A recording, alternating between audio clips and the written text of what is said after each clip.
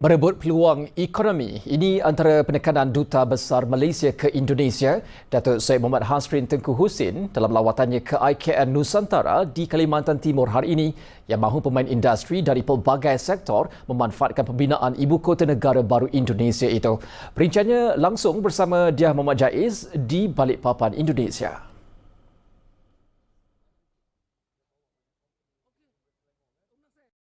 Ya Taufik, selama 3 hari langkah kerja lawatan rasmi Duta Besar Malaysia ke Kalimantan Timur ini, saya boleh katakan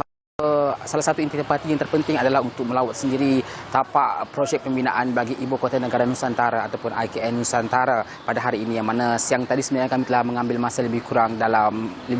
hingga ke 4 jam di tapak pembinaan tersebut, yang mana kami telah dibawa ke beberapa kawasan, antaranya kawasan yang mungkin bersesuaian untuk dijadikan tapak untuk syarikat-syarikat dari Malaysia untuk membuat pelaburan khususnya dalam bidang hartanah maupun bidang pelancongan. Dan seperti mana yang saya laporkan dalam berita sebelum ini, bagaimana di Kalimantan Timur ini khususnya di kawasan Balikpapan, beberapa syarikat Malaysia telah pun bertapak di sini yang mengadakan ataupun membuat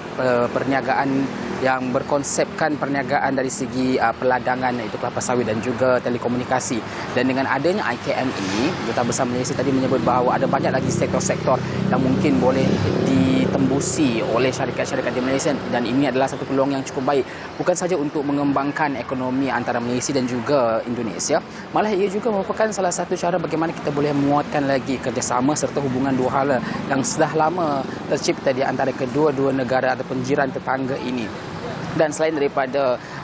dari Duta Besar Malaysia sendiri, saya juga sempat untuk menemui beberapa wakil daripada IKN, yang mana mereka juga sangat menggalakkan lebih ramai lagi pelabur-pelabur daripada negara luar untuk masuk dan membuat pelaburan khusus bagi IKN, yang mana selain daripada mungkin bidang hartanah, mungkin ada juga lagi sektor-sektor lain yang boleh diceburi oleh mereka, iaitu seperti sektor perhotelan, pelancongan, dan juga tidak mustahil untuk kita membawa makanan atau restoran daripada Malaysia untuk bertapak di IKN itu, untuk sama-sama kita berkongsi budaya. Dan kita tahu juga bagaimana kedudukan Kalimantan Timur ini adalah sempadan dengan dua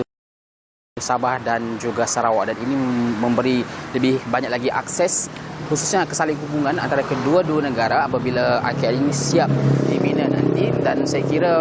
menurut Duta Besar itu, ini adalah satu peluang yang cukup baik, dan kenapa tidak untuk kita manfaatkan Ibu Kota Negara Baharu Indonesia ini setelah tiba nanti, pastinya akan memberi satu lonjakan ekonomi bukan sahaja buat Kalimantan Timur itu sendiri ataupun Indonesia, malah juga untuk Malaysia. Dan selain daripada bertemu ataupun selain daripada mengadakan lawatan di IKN, antara intipati dari dalam lawatan rasmi ini adalah untuk bertemu dengan peniaga-peniaga di ataupun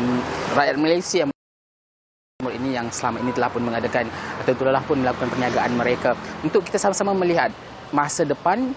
Malaysia dengan adanya pembinaan IKN ini, bagaimana ia boleh memanfaatkan bukan sahaja Indonesia sebagai negara asalnya, tetapi juga kita Malaysia jiran, untuk kita meningkatkan lagi seperti mana yang saya sebutkan tadi, bukan sahaja dari segi hubungan diplomatik ataupun hubungan kerjasama kedua-dua negara, malah ia juga mampu untuk melonjakkan ekonomi rakyat Malaysia. Baik, saya kira itu saja perkembangan yang saya boleh kongsikan bermasa ini langsung dari Balikpapan, Kalimantan Timur, Indonesia. Saya Diah Muhammad Jaiz bersama juru kamera Muhammad Hafiz Kamal, Menang TV.